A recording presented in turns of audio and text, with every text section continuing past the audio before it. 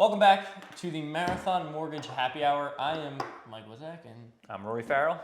we're gonna do the usual. We're gonna drink beer. We're gonna talk about our wins and something new going on in the industry, and it's pretty much what we do every week. Cool. So, all right, let's jump into it. What do we got? What are we drinking today, Rory?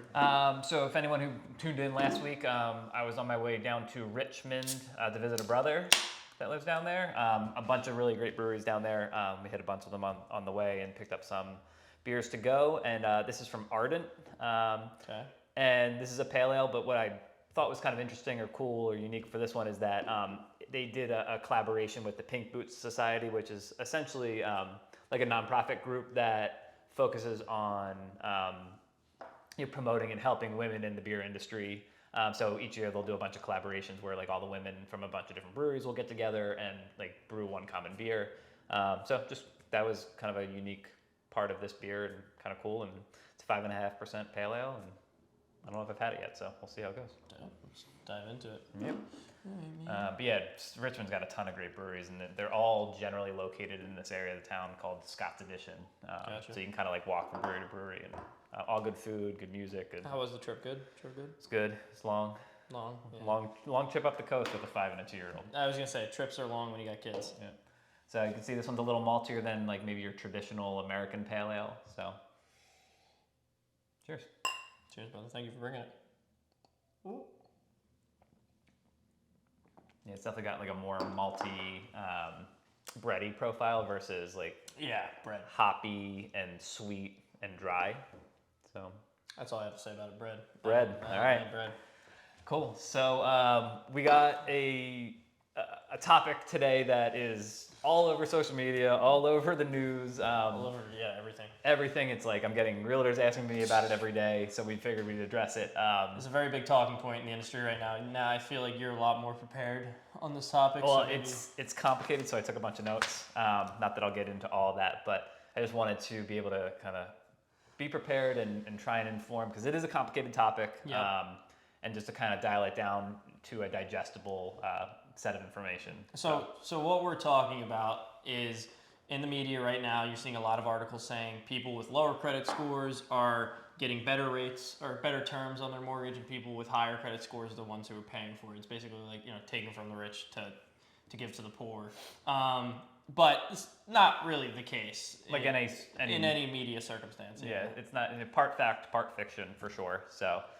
I mean, the reality of it is it seems like they're just trying to close the gap between people with lower credit scores and people with higher credit scores as far as what rates are available to them.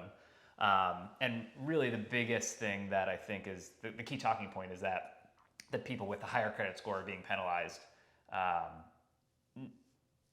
in a way that wasn't, common a couple months ago even. So do you want to talk to maybe what the highest credit scores were previously? So kind of just to give you a breakdown on it, what was affected is called the loan level pricing adjustments, and it's how every mortgage company prices out your loan and what interest rate you get. So prior to, would you say May 1st or May 1st is delivery. May 1st of the delivery date to Fannie Mae or Freddie Mac of a loan, which takes about 2 weeks after you settle on the loan for it to get delivered to Fannie or Freddie.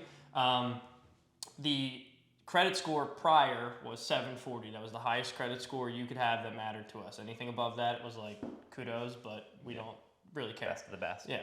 So 740 was the best of the best. Now 780 is the best of the best, and now there's a bracket from 740 to 760, and then 760 to 780. Yeah. And so there's just different plus. Adjustment tiers between 740 and 780 that weren't there previously. Yeah. So in a negative way. So previously, if you were above a 740, you'd have the best rates. Mm-hmm. Now you have to be above a 780 to have the best rates. So it's still rewarding the best, having good credit scores and being in the top tier. Yeah. But that top tier happens to be higher now. Yeah.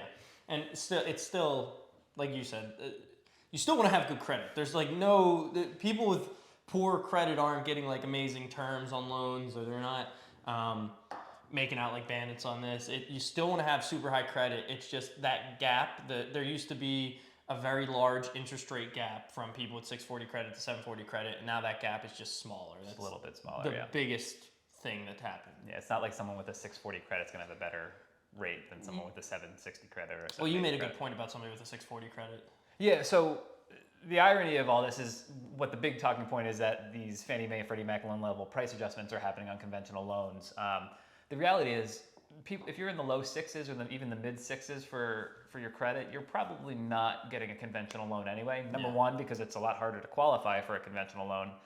Rates tend to be higher. Mortgage insurance tends to be higher. You typically have to put more down to get to a position to qualify through Fannie Mae and Freddie Mac. So number one, it's harder. Number two, it's just not the right loan style for you in most cases. It's just, you should be going with an FHA loan, and that's a general blanket statement. But generally, people with mid 600 credits are going to be getting FHA loans anyway. So Yep. the fact that there's some loan level price adjustments on those borrowers in the 640 to 660 range that is actually a positive impact. We're not going to run into that a lot, Yep. generally. So the biggest thing I think that should be talked about or focused on is those borrowers between 740 and 780, which again, probably a smaller segment of the population when you talk about all the interest rates or all the credit scores that people could be having. Yeah. So key point is, best of the best is over 780.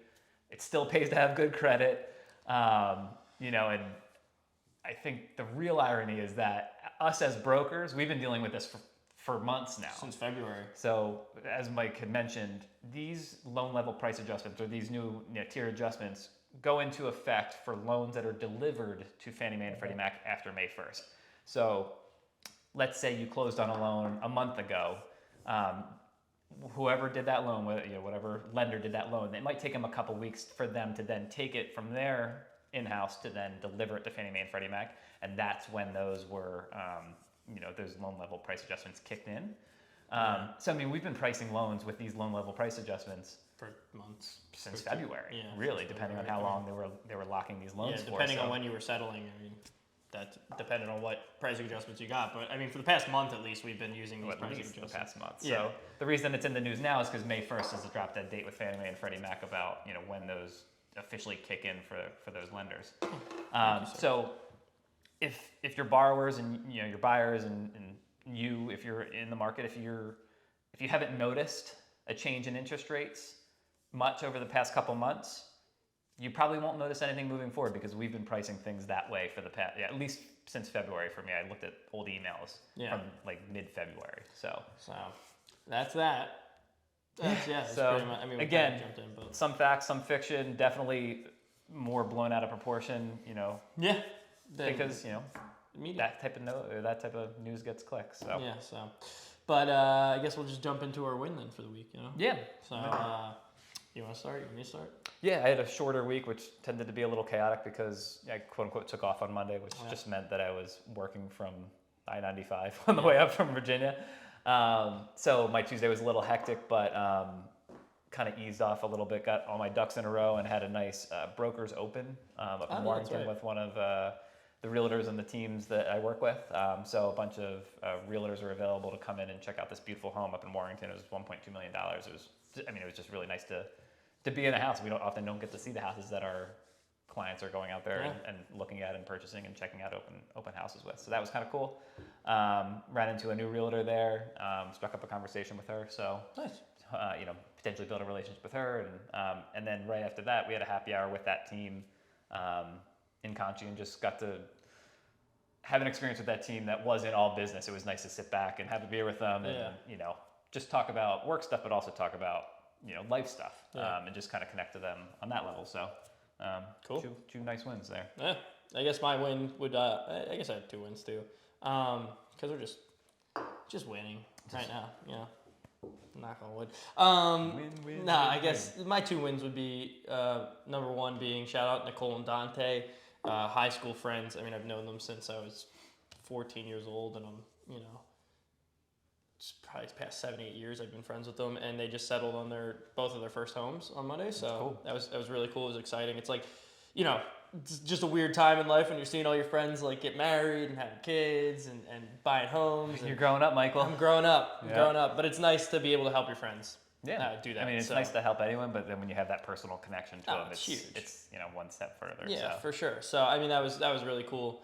And then I guess I had a meeting yesterday with a realtor who was very nice guy, great dude.